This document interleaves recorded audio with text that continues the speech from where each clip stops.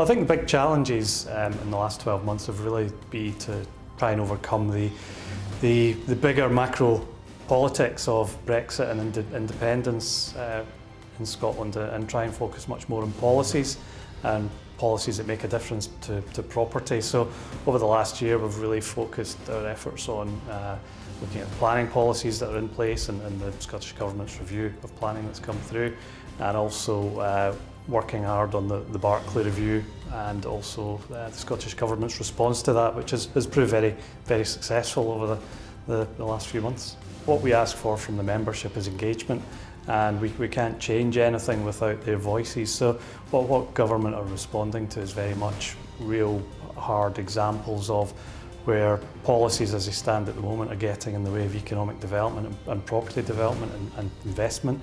The big thing that the government's now understanding is the amount of overseas investment that's required to facilitate Scottish property development. I think it's been a very strong year for all the major cities. Well, Glasgow and Edinburgh, Aberdeen's obviously slightly different, but certainly Glasgow and Edinburgh have had a lot of big letting deals.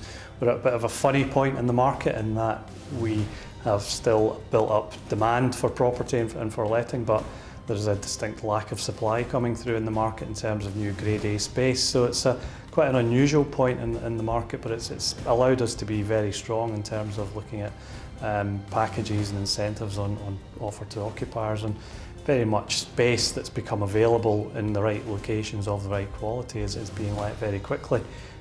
Using the example of Quartermile, we are pretty much 100% let over 4 office buildings, and we're not finished yet, so we've only got less than 2% of our space available to let, so it's 98%, which is great.